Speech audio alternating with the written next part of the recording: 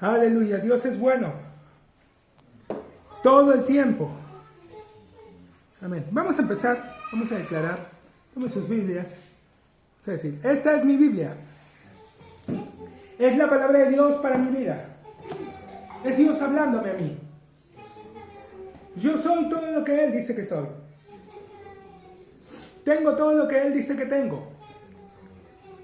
Puedo hacer todo lo que Él dice que puedo hacer. Yo soy la justicia de Dios en Cristo. Soy la luz de este mundo.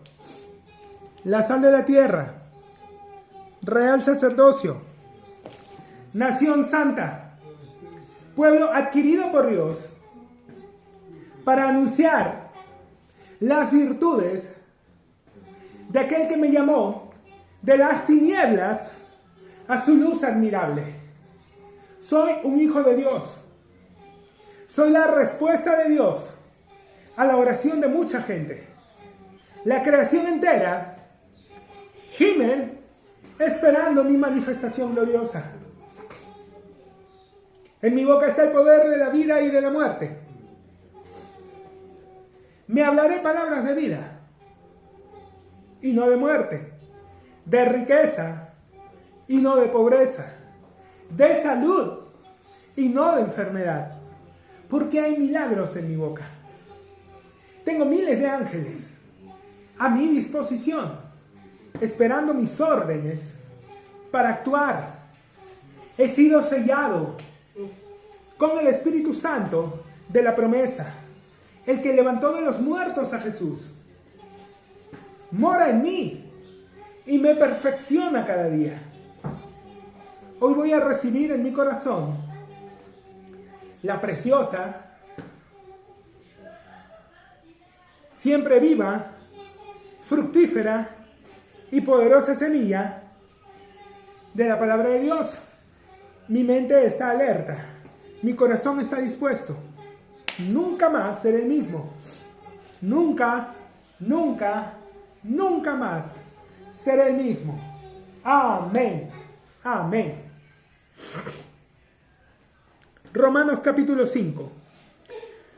Justificados pues por la fe, tenemos paz para con Dios por medio de nuestro Señor Jesucristo.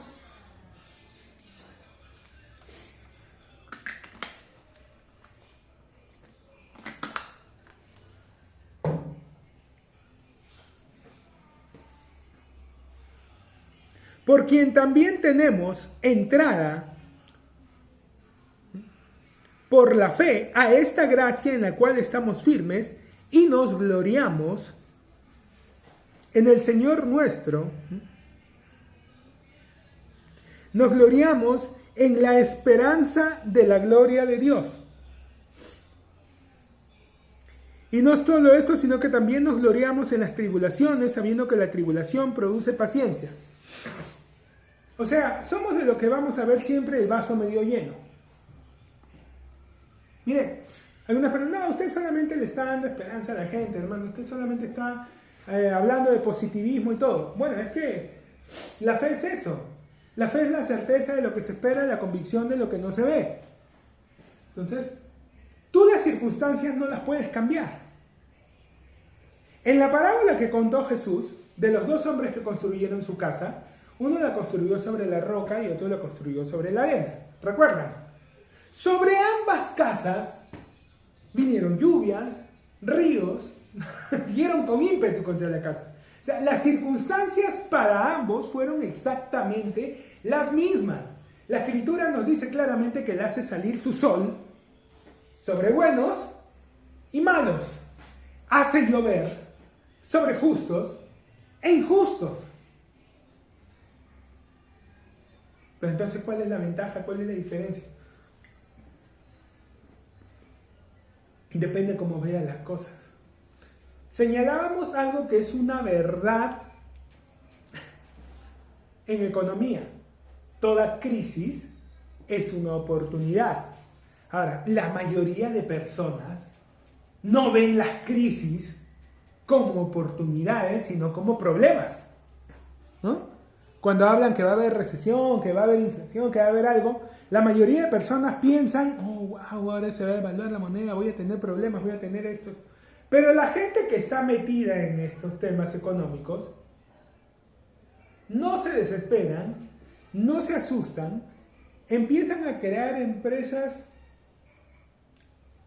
distintas para aprovechar ese nuevo escenario. Toda crisis representa una oportunidad.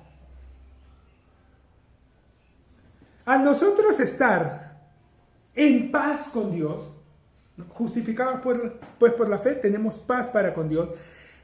El problema mayor para el ser humano estar ya resuelto en nuestras vidas, entonces lo demás que venga ya no representa un problema en sí mismo, sino una oportunidad. Una oportunidad para estar mejor de lo que estamos actualmente, para tomar ventaja.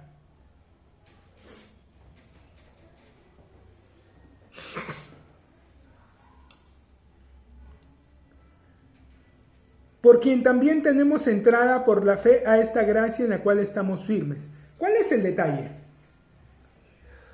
La guerra con Dios terminó. El día que Jesús nació,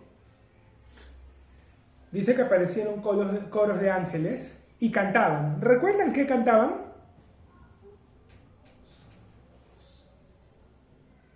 Paz, buena voluntad de Dios para con los hombres. En las tarjetas ahora le ponen paz a los hombres de buena voluntad, pero no dijo Dios eso.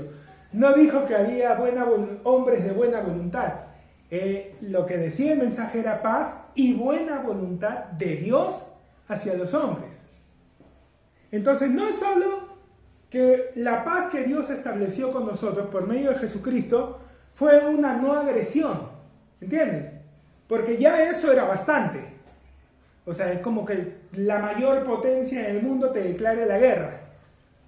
Viene con sus portaaviones, tú tienes a las justas 30 aviones y ellos tienen pues 500. O sea, no vas a ganar por ningún lado. Tú tienes 3 barquitos ahí a vela y estos te vienen con acorazados, portaaviones. Y firmas la paz. Entonces ellos retiran sus barcos, se llevan sus aviones y listo, ya no hay guerra. Ya solo eso sería una muy buena noticia. Pero no quedó allí. Paz, buena voluntad. Lo que ocurrió en esa paz que Dios firmó con nosotros a través de Jesucristo no fue solo una no agresión, fue una alianza. O sea, ya no solo no estamos en guerra, sino que ahora Él es nuestro aliado. ¿Entienden? Entonces, ya no es solo que no me va a atacar con todo su arsenal, sino que ahora todo ese arsenal está a mi favor. Todo ese armamento que en un momento me hizo temer, ahora pelea por mí. Entonces, ¿qué podría atemorizarme? ¿Qué podría angustiarme? ¿Qué nuevo enemigo podría moverme un poco? Ya ni siquiera es que ya no estoy en problemas con sino que ahora es mi aliado. Por eso dice, justificados pues por la fe tenemos paz para con Dios, por medio de nuestro Señor Jesucristo, por quien también tenemos entrada por la fe a esta gracia en la cual estamos firmes. No solo ya no hay agresión, ahora tenemos su favor. Paz, buena voluntad. Eso fue lo que los ángeles cantaron. Porque eso es lo que Dios nos estaba dando por medio de Jesucristo. Recordemos, Él es la gracia. Él es el regalo que no merecíamos. ¿Qué dijeron los ángeles? Paz, buena voluntad. Ya no solo no hay agresión, ahora está de nuestro lado. Por quien también tenemos entrada por la fe a esta gracia, en la cual estamos firmes y nos gloriamos de la esperanza de la gloria de Dios. Y no solo esto, sino que también nos gloriamos en las tribulaciones, sabiendo que la tribulación produce paciencia. No es que nos hemos vuelto masoquistas, sino que entendemos que todo va a ayudar para bien. Y cualquier cosa que venga contra nosotros le estamos buscando qué es lo que nos va a traer. Incluso viene y te ataca y que el gobierno te investiga algo y tú estás viendo, a ver, ¿qué ganancia me va a dejar esto? No estás pensando, no, ahora si descubren algo y si me acusan de algo injusto. No, estás pensando, qué bueno te puede traer. Pablo, a propósito de lo que estamos hablando aquí, escribió esta carta a los romanos cuando él no había pisado Roma. Y tenía en su corazón el deseo de ir a Roma, pero no había podido. Recordemos, no es que uno iba caminando. Era un viaje largo, costoso, ¿ok? ¿Saben cómo fue que Pablo terminó yendo a Roma? Porque lo arrestaron, lo llevaron a juicio, él apeló a César, y como era ciudadano romano, era su derecho apelar a César, y aunque los gobernadores le dijeron, mira, nosotros te íbamos a liberar, pero pasaba que ya había un grupo de judíos que habían conjurado no comer nada hasta no matar a Pablo, hasta que Pablo no esté muerto, así que como él apeló a César, los soldados romanos lo protegieron, lo llevaron hasta Roma, con todos los gastos pagados por el Imperio Romano, y así llegó a Roma. Entonces Pablo pudo haberse puesto a pensar, oh, me han arrestado y me están acusando injustamente, ¿qué hago? No. Pero él empezó a ver los beneficios que podía tener eso, y al final, su destino tan deseado, Roma, fue logrado en las circunstancias en las que otro se hubiera derrumbado, otro hubiera pensado, estoy preso, ¿y ahora qué voy a hacer? No. Él llegó a Roma gratis. Los romanos pagaron el pasaje y la estadía y todo lo que pasó en el camino. No salió un denario de su bolsillo. Todo fue pagado por el imperio. Nos gloriamos en las tribulaciones, sabiendo que la tribulación produce paciencia. La tribulación no va a venir gratis. Estamos en Cristo. Algo nos va a dejar. Y sabemos que los que aman a Dios, dice, todas las cosas les ayudan a bien. Entonces nosotros sabemos que así parezca algo malo, si Dios lo está permitiendo, ciertamente es porque nosotros lo permitimos, pero porque también Él es capaz de darle la vuelta a esto y usarlo para algo bueno. Entonces yo empiezo a ver las circunstancias y a preguntarme, ¿y esto cómo me va a servir? ¿Y aquí qué voy a ganar? Usted siempre piensa en ganar, hermano, y la fe es la certeza de lo que se espera, la convicción de lo que no se ve. Él dijo que me iba a llevar de triunfo en triunfo, de gloria en gloria, de victoria en victoria, así que sí, siempre estoy pensando en qué voy a ganar. ¿En qué me va a dejar esto? Yo no pienso esto solamente viene a hacerme perder tiempo, a frustrarme, a hacerme renegar. No, yo estoy pensando, esto me va a hacer ganar algo. ¿Qué va a hacer? ¿Qué voy a lograr? De por sí, ya nos está diciendo que nos da algo que a cualquiera le sirve. Paciencia. ¿Y por qué? Porque la palabra nos dice en otro lugar que mediante la fe y la paciencia heredaron las promesas.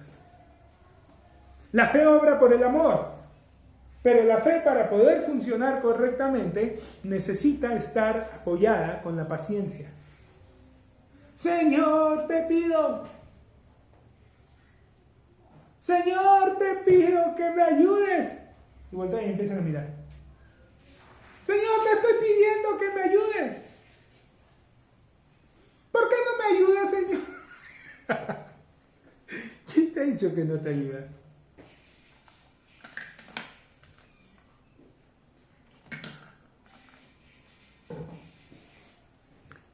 Fe y paciencia.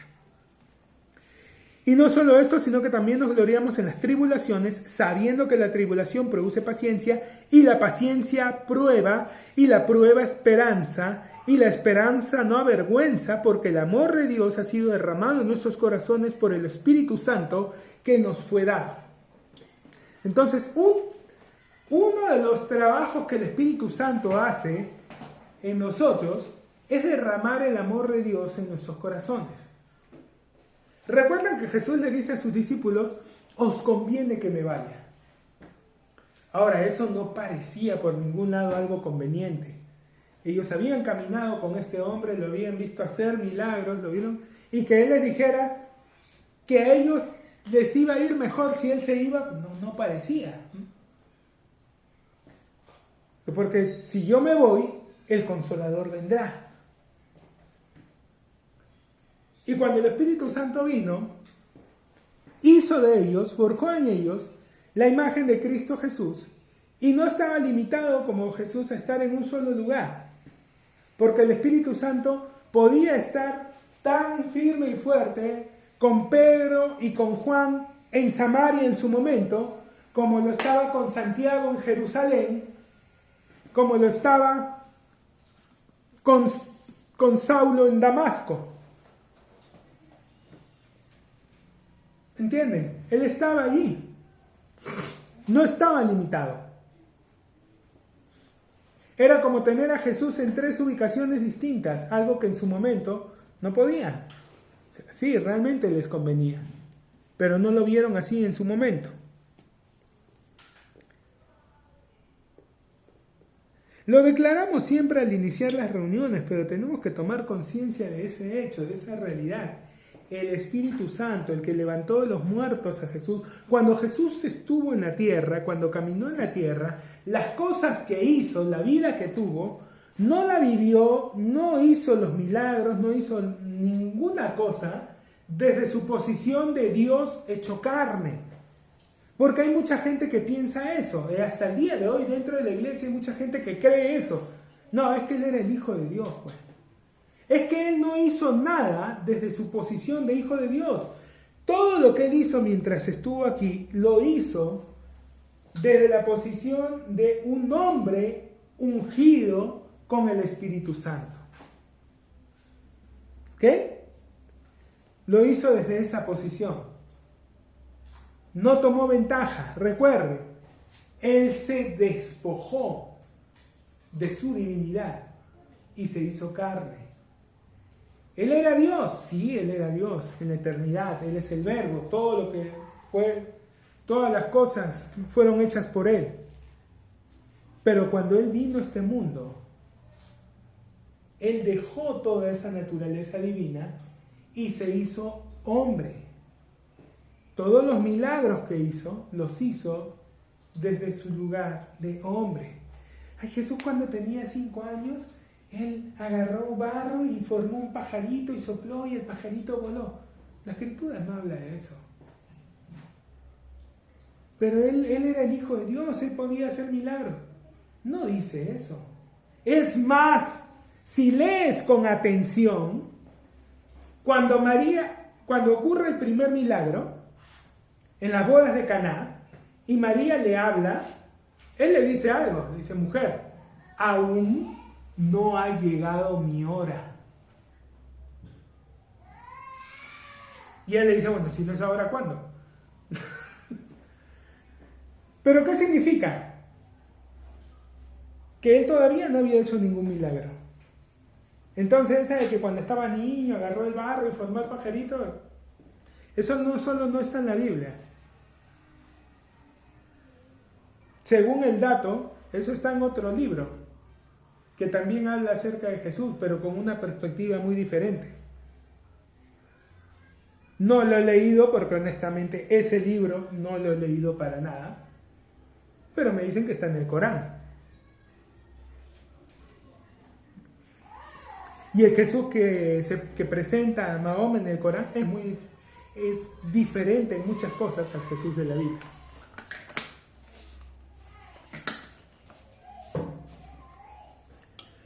Pero él lo hizo todo desde esa posición.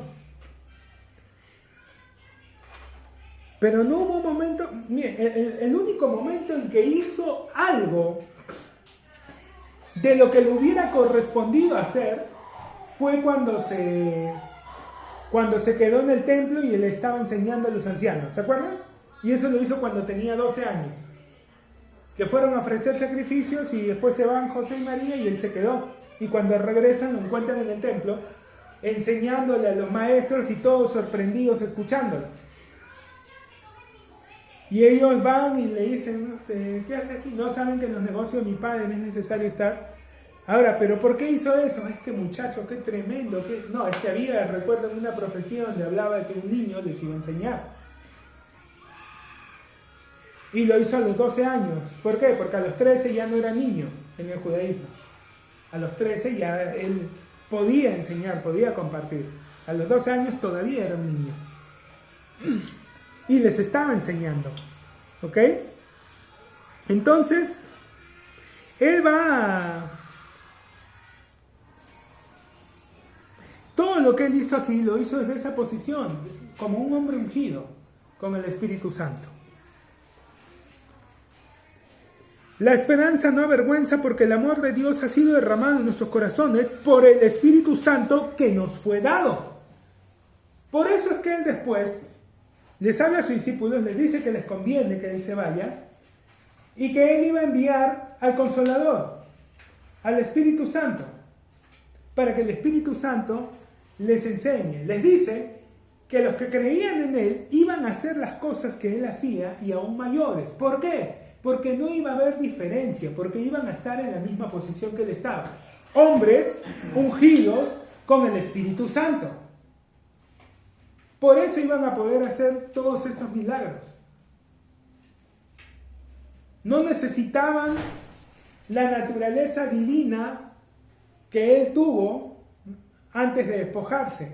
Cuando él se despojó se hizo igual a nosotros. Al ser nosotros igual a él y tener al Espíritu Santo como él lo tenía, éramos totalmente capaces de hacer lo mismo que él hizo.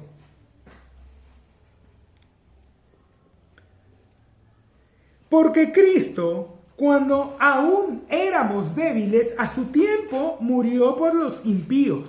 Ciertamente apenas morirá alguno por un justo, con todo, pudiera ser que alguno osara morir por el bueno.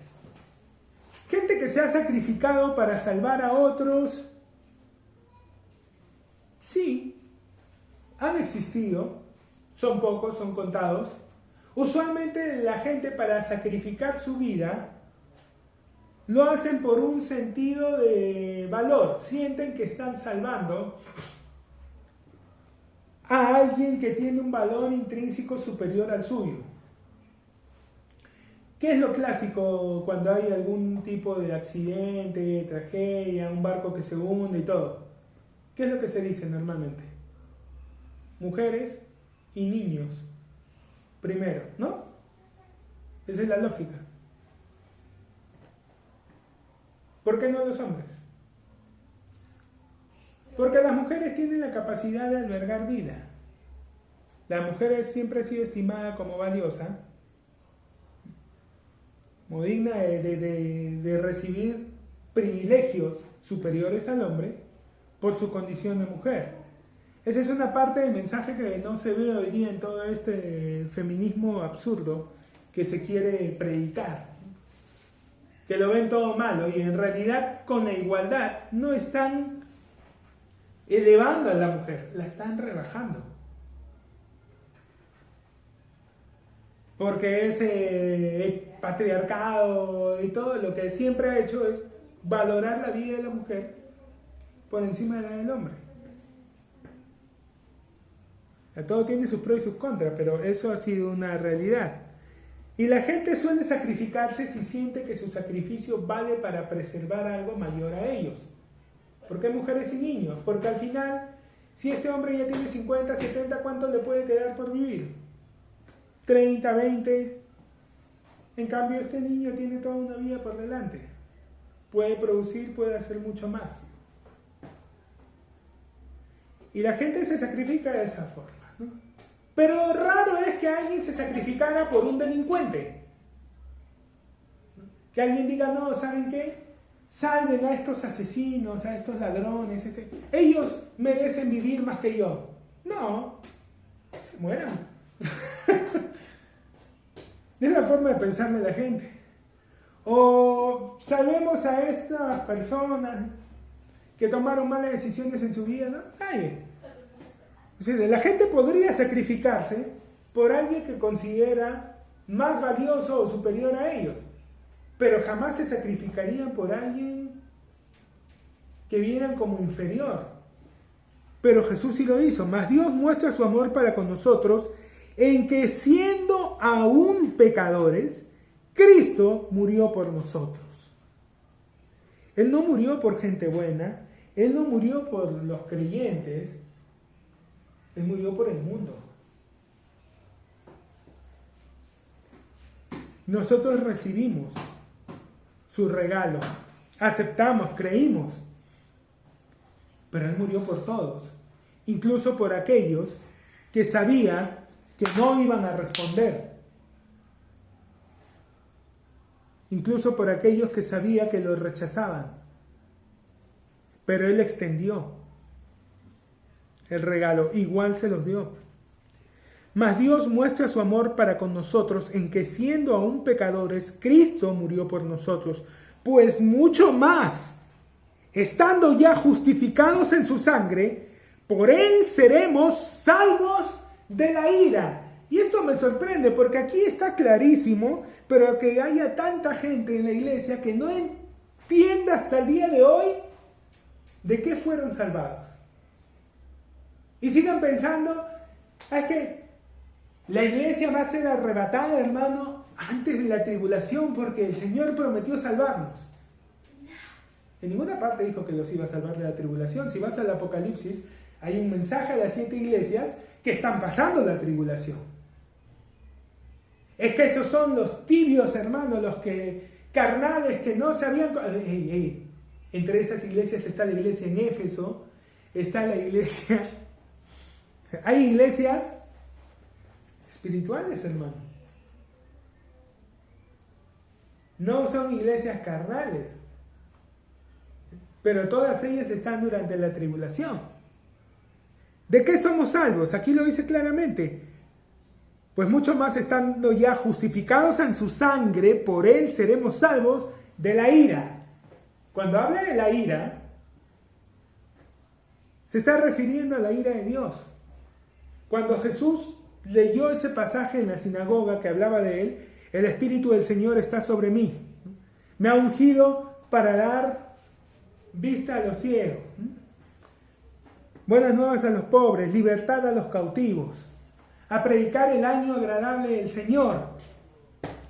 Y ¡pam!, cerró el rollo. Pero cuando tú vas a ese pasaje, no termina allí. No termina en predicar el año agradable del Señor. Continúa. Y dice, el día de la venganza de nuestro Dios. El día de la ira. La palabra habla muy claramente de ese día. Y ese día de la ira, está anunciado. Ese día es el que en la misma palabra, en el mismo Apocalipsis encontramos al final de la tribulación. Su gracia es eterna, ¿no? Y su ira es un instante. Su ira es solamente un instante. El día de la ira, el día de la venganza. Por Él seremos salvos de la ira.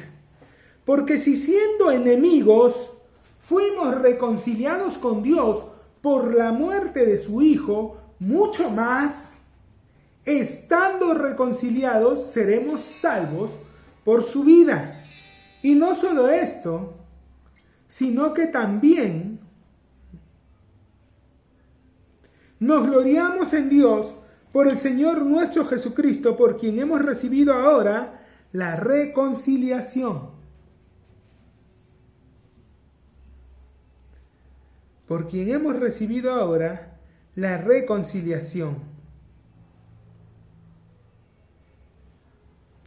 Por tanto, como el pecado entró en el mundo por un hombre y por el pecado la muerte, así la muerte pasó a todos los hombres por cuanto todos pecaron, pues antes de la ley había pecado en el mundo, pero donde no hay ley, no se inculpa de pecado. No obstante, reinó la muerte desde Adán hasta Moisés, aún en los que no pecaron, a la manera de la transgresión de Adán, el cual es figura del que había de venir. Pero el don no fue como la transgresión, porque si por la transgresión de aquel uno murieron los muchos, abundaron mucho más para los muchos la gracia y el don de Dios. La gracia y el don de Dios abundaron, ¿qué? La gracia, el regalo que no se merece, y el don, el regalo de Dios, abundaron mucho más. La gracia y el don de Dios.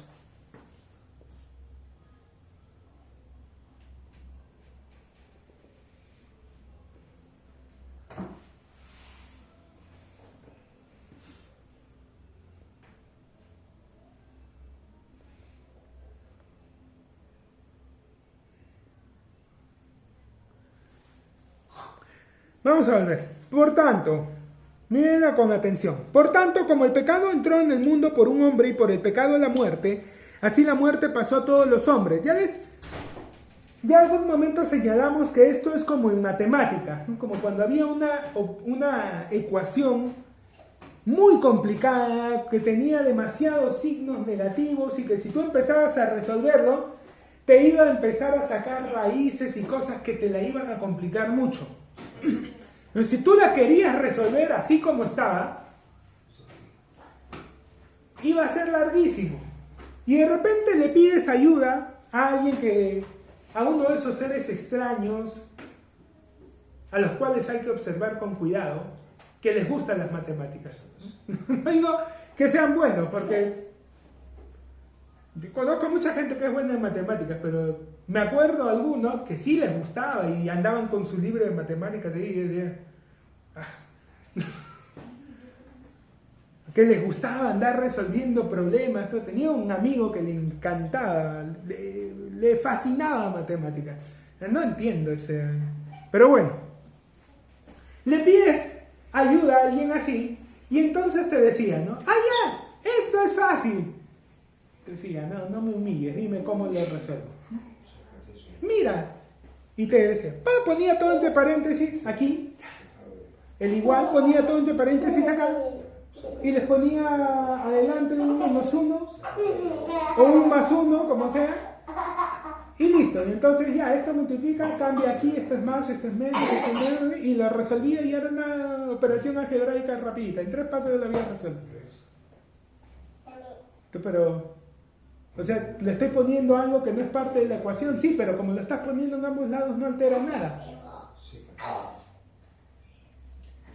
Y tú decías, pero eso me parece trampa.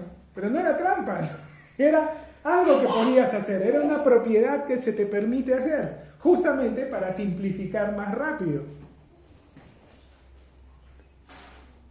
O igual, cuando tenías una fracción y tenías una serie de elementos arriba y abajo y entonces el otro venía y ya, mira, esto con esto, se van y esto con esto y al final eran 3 o 4 cifras.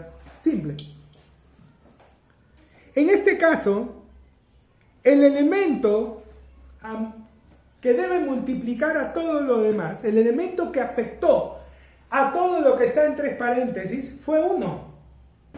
Si por la transgresión, por tanto, como el pecado entró en el mundo por un hombre, o sea, 1 afectó a todos, y por el pecado la muerte, así la muerte pasó a todos los hombres, por cuanto todos pecaron, pues antes de la ley había pecado en el mundo, pero donde no hay ley no se inculpa de pecado. No obstante, reinó la muerte desde Adán hasta Moisés, aún en los que no pecaron a la manera de la transgresión de Adán, el cual es figura del que había de venir. Pero el don no fue como la transgresión, porque si por la transgresión de aquel uno murieron los muchos, abundaron mucho más para los muchos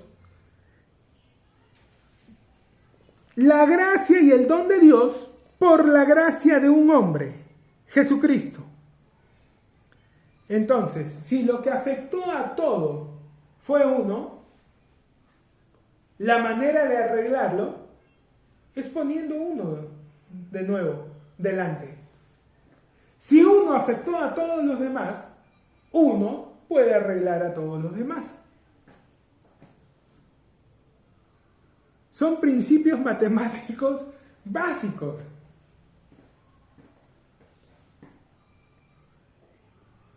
Ahora, hablaba sarcásticamente hace un rato de la gente que le gustan las matemáticas, ¿no? Pero nuestro Padre amado es un matemático de aquellos. Y hay gente que lo ha conocido no a través de las escrituras, sino a través de los números.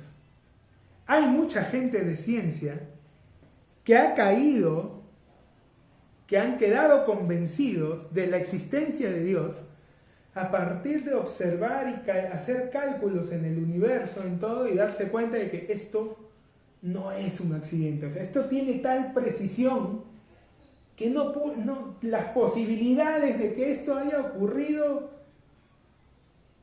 de la nada es muy remota. Bien, las posibilidades de que existiera un hombre como Jesús y cumpliera la cantidad de profecías que Jesús cumplió,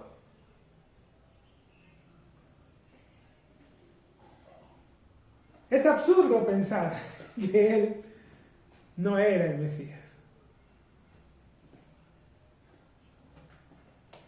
Ese capítulo 53 de Isaías es un capítulo que los judíos hasta el día de hoy no lo leen. Lo tienen vetado en las sinagogas. Algunos de estos, algunos hermanos hoy en día grabándose así, van fuera de las sinagogas y les citan ese pasaje y les piden que ellos les digan dónde está ubicado. ¿Dónde creen que está ubicado? Si en el Antiguo o en el Nuevo Testamento. Todos responden en el Nuevo. ¿Por qué crees eso? Porque ese texto está hablando de Jesús. O sea, ellos, en su entendimiento, en su conocimiento, rápidamente deducen, no, ese texto está hablando de Jesús.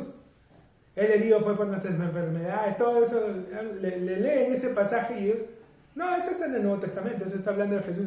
No, eso está en Isaías. Y se quedan mudos porque no lo leen. Es un pasaje que no ven, porque es muy claro, es muy evidente. Es imposible verlo y no caer en cuenta de que está hablando de Jesús.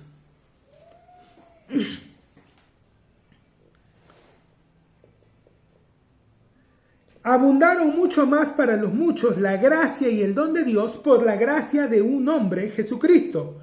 Y con el don no sucede como en el caso de aquel uno que pecó, porque ciertamente el juicio vino a causa de un solo pecado para condenación, pero el don vino a causa de muchas transgresiones para justificación. Entonces, un solo pecado que trajo condenación. Muchos pecados que trajeron el don, el regalo de salvación para justificación. Pues si por la transgresión de uno solo reinó la muerte, este es el tema. No es que Dios se haya vuelto blando con el pecado. No es que Dios esté haciendo esto porque estaba aburrido en el cielo y dijo, todo el tiempo la gente me teme, muy severo. A ver, vamos a ser más cool, ¿no? Vamos a ser más open mind. Vamos a ser más, ¿cómo se dice? Más inclusivo. Vamos a ser más, más progre. Vamos a ser más woke. ¿Por qué tengo que estar juzgando a la gente por su estilo de vida? Al final yo les di la libertad, que vivan como quieran. ¿Por qué lo voy a juzgar? Vengan a mí. No es eso. No es eso lo que ocurrió. ¿Qué pasó? La muerte reinaba. La muerte.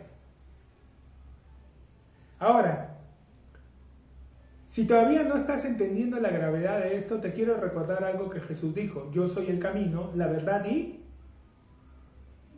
la vida. La muerte será algo que le agrade a Dios. Bueno, la Escritura dice que el postrer enemigo es la muerte, el ser vencido. O sea, quiero que te des cuenta, Dios la llama enemigo. No la llama, bueno, una circunstancia, bueno, no, la llama enemigo, no le agrada. El hombre no fue hecho para morir. No estaba en el corazón de Dios. No era parte de su perfecta voluntad, de su plan, la muerte. Sí era una posibilidad latente a partir del pecado, pero no era algo que él deseaba. Y entonces te encuentras con que gracias al pecado, pues si por la transgresión de uno solo, por el pecado, por la desobediencia de uno, reinó la muerte, mucho más reinarán en vida por uno solo, Jesucristo, los que reciben la abundancia de la gracia y del don de la justicia. Entonces, no solo ya no van a ser vasallos de la muerte, no solo ya no van a ser súbditos de la muerte, ya no van a ser esclavos de la muerte, sino que ahora van a reinar en vida. Así reinaremos en el cielo cuando estemos con el Señor. ¿No entiendes? Reinarán en vida. Es algo que la gente a veces no ven, pero ese versículo en el que se acercan los discípulos y le hablan a Jesús, y Jesús le responde, creo que es algo que la mayoría se ha olvidado, cuando ellos vienen y le dicen, nosotros hemos dejado familias, trabajos, todo por tu nombre, ¿qué vamos a tener? ¿Que los discípulos le dijeron eso, hermano? ¿Sí? ¡Qué interesados! ¿Verdad? ¿Qué tú crees que lo hacían porque eran personas nobles, tan nobles que casi volaban? Levitaban ahí. Eran todo amor y paz, sí, vengan, persíganos, corretenos. Lo hacemos porque somos todo amor. No. Acuérdate que le estaban pidiendo a Jesús que querían sentarse a su derecha y a su izquierda. Así que si le estaban pidiendo eso, más le preguntaron en su momento, ¿no? Hemos dejado cosas por ti. ¿Cómo es? ¿Qué hay, Señor? Lo escucho. ¿Y qué les dijo Jesús? Cochinos materialistas, mundanos, canales, fuera aquí, pecadores. Deben servirme por amor, por el privilegio de estar conmigo. ¿Les dijo eso? ¿No? Les dijo, cualquiera que haya dejado casa, familia, por causa mía, recibirá en este mundo mucho más, y en la eternidad la vida eterna. O sea, no es que él solo tiene una recompensa allá en el cielo, allá en el cielo, allá en el cielo. No habrá más llanto, ni más tristeza, ni más dolor. Pero mientras estés aquí, fúndete con J, ¿no? ¿No? Y la parte que me asombra, la gente a veces, ¿de dónde sacan entonces esta idea de que no deben ver todo? No de la palabra. Es un concepto absolutamente religioso en el mal sentido. Ya, religioso en el sentido de que la religión es lo más opuesto a Cristo Jesús que hay.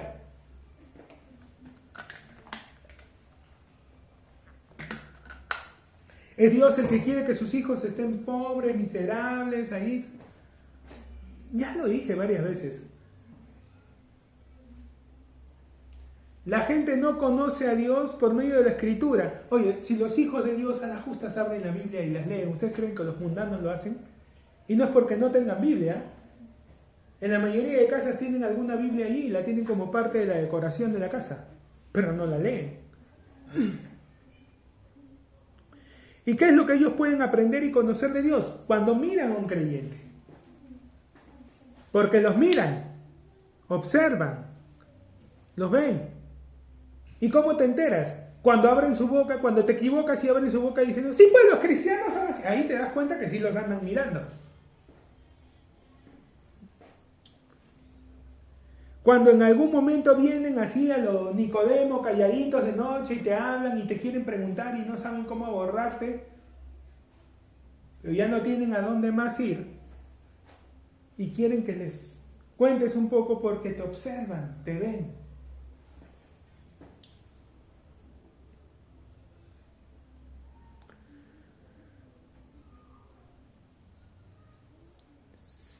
Si nunca en tu vida una persona que te conoce te ha querido abordar acerca de Dios, hay algo que no está bien. Yo estoy muy de acuerdo y aprecio mucho, a mí me gusta mucho cuando en la iglesia la gente se pone de acuerdo y salen a las calles y hacen evangelismo. Me encanta. Cuando salen y llevan comida y llevan ropa, me gusta. Y las veces que puedo, voy y lo hago. Y si hay un grupo que va a salir ahí, yo quiero ir. Me gusta. Ir a personas totalmente extrañas, ajenas y compartirles, está bien. Ganar esas almas, está bien. Pero recuerden que Jesús dijo algo. No se enciende una vela para esconderla bajo la mesa, sino para ponerla en alto y alumbre a todos los que están alrededor. Entonces las primeras personas que tienen que ser afectadas por la luz que Él ha encendido en ti, tienen que ser los que están alrededor. Tus compañeros en la escuela, tus compañeros en el trabajo, la gente, tus vecinos. Pero si ninguno de ellos le ha llamado la atención o en algún momento ha deseado algo que ha visto en ti, hay algo que está mal. Y claro, si lo que te dicen en la iglesia es que tú tienes que ser un pobretón, que si te enfermas, bueno, el Señor algo te va a enseñar por ahí, ¿no? Así que tienes que agradecerle por estar enfermo. Y que cuando alguien viene y quiere aprovecharse de ti, pues tienes que poner la otra mejilla y para que si te está quitando tus sandalias le das también tu capa. Si piensas que eso es vivir la vida cristiana y después te preguntas, ¿es que Satanás ha cegado los ojos de mis vecinos y de la gente que me conoce para que no les resplandezca la luz del Evangelio? No, es que ¿quién quiere eso? O sea, vamos a ponerlo de otro lado, ¿ya? Viene alguien y te dice, te invito, no vamos a decir nombres, te invito a mi secta. Es la original, ¿no? Es realmente de Dios. Cuando tú entres a mi secta, si tú tienes alguna casa o algo, tienes que dársela a la iglesia para que la iglesia disponga de ella. Y tú tienes que vivir en algún rincón recóndito del país, sembrando y cosechando y criando tus propios animales, porque esa es la vida que Dios quiere para ti. ¿Ya?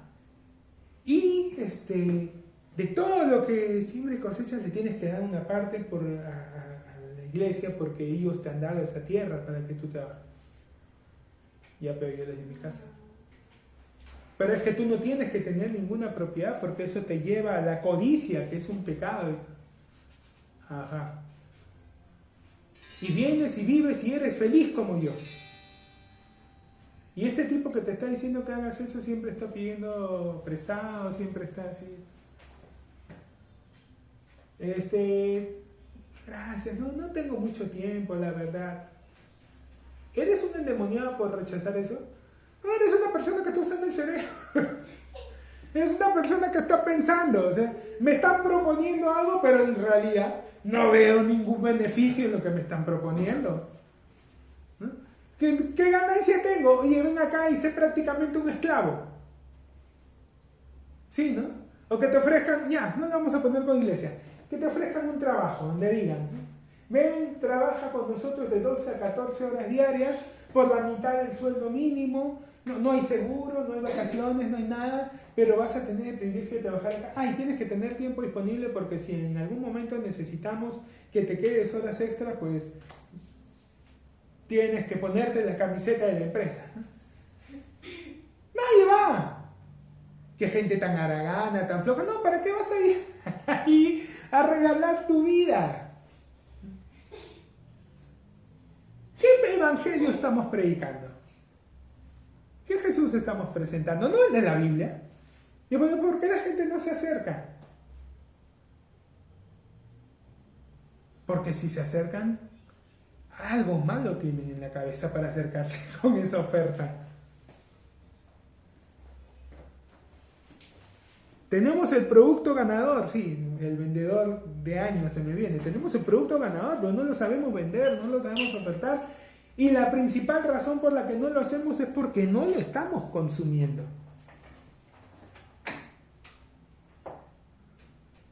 ¿Sabes? La gente, cuando quiere comprar algo, siempre te pregunta, y sobre todo si es un alimento, ¿y qué tal es? ¿Tú lo has probado? Esa es la pregunta que te van a hacer, ¿eh? Y las empresas de alimentos, como saben eso, cuando lanzan el producto, te dan siempre una muestra. Y te dicen, cómetelo. O sea, pruébalo. ¿Por qué? Porque saben que te van a preguntar.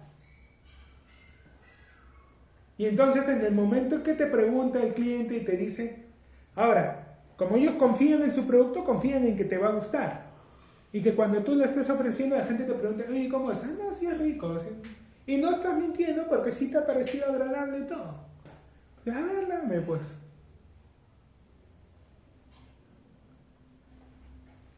Pero ¿qué pasa si tú... Pero lo que pasa con la mayoría de creyentes es que no consumen el producto. Leen el folleto, pero leer el folleto no es lo mismo que consumir el producto.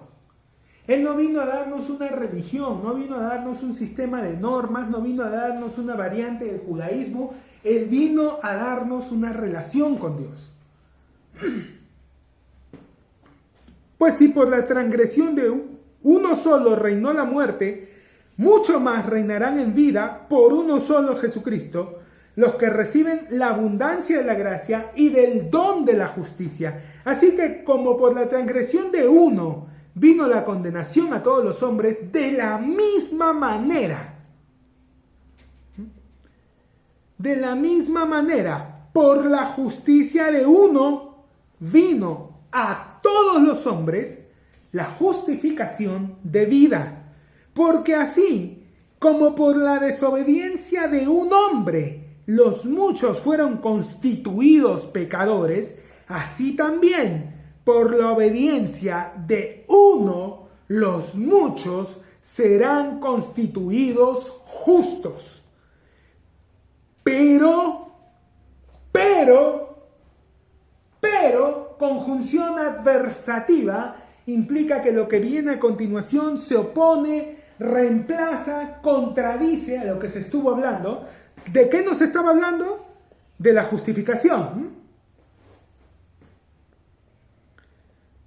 Porque así como por la desobediencia de un hombre los muchos fueron constituidos pecadores, así también por la obediencia de uno los muchos serán constituidos justos. Amén, gloria a Dios. Pero la ley se introdujo para que el pecado abundase. Nos estaba hablando de ser justificados y ahora nos dice, pero la ley. O sea, la ley nos justifica. Pero la ley se introdujo para que el pecado abundase. Más, sin tilde, entonces no es adverbio de cantidad, sino también una conjunción adversativa equivalente a pero, o sea, otra vez una posición, otra vez un cambio de timón, otra vez un giro de 180 grados. Pero la ley se introdujo para que el pecado abundase, mas cuando el pecado abundó, sobreabundó la gracia.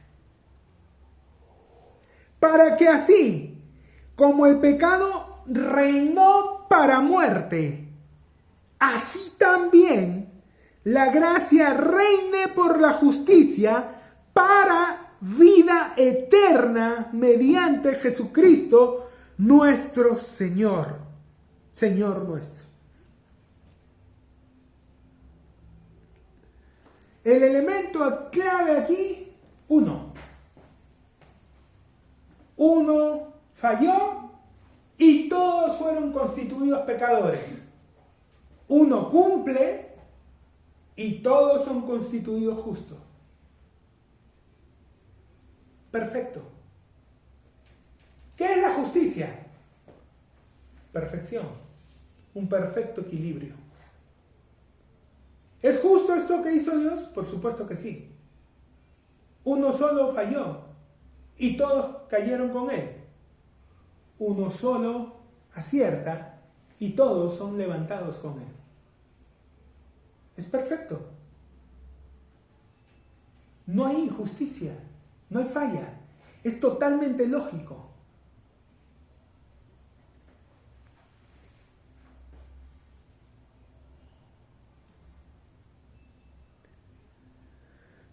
Si por la transgresión de uno solo reinó la muerte, esta sola falla le abrió la puerta a Satanás, le permitió entrar en la creación. ¿No? Adán, al desobedecer al mandato de Dios, porque lo de Adán fue desobediencia fría y pura. Adán no fue engañado. Y eso está en la Escritura. La serpiente no intercambió una palabra con Adán.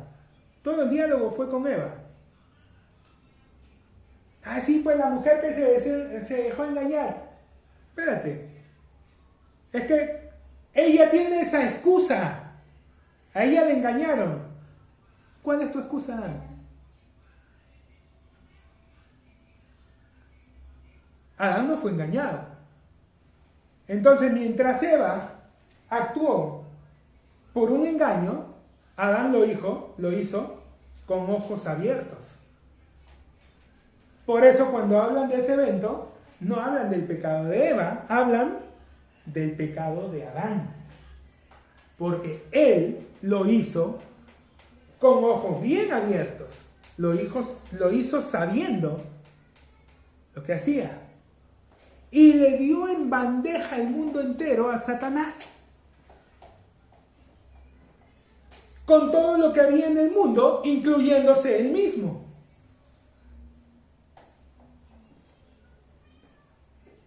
Por la transgresión de uno solo reinó la muerte, mucho más reinarán en vida por uno solo, Jesucristo. ¿Todos? No. Los que reciben la abundancia de la gracia y del don de la justicia. ¿Qué es lo que tienes que hacer? Recibir. Creer. Confiar. Descansar en Él.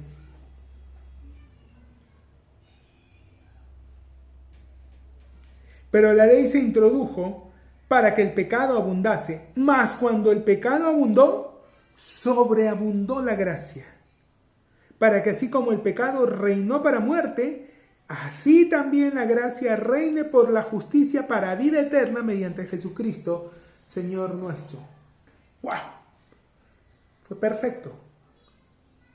No dejó nada al azar. No dejó cabo suelto. lo cubrió todo. Por hoy vamos a dejarlo ahí. Continuamos la próxima semana, la misma hora, por el mismo canal. Bendiciones.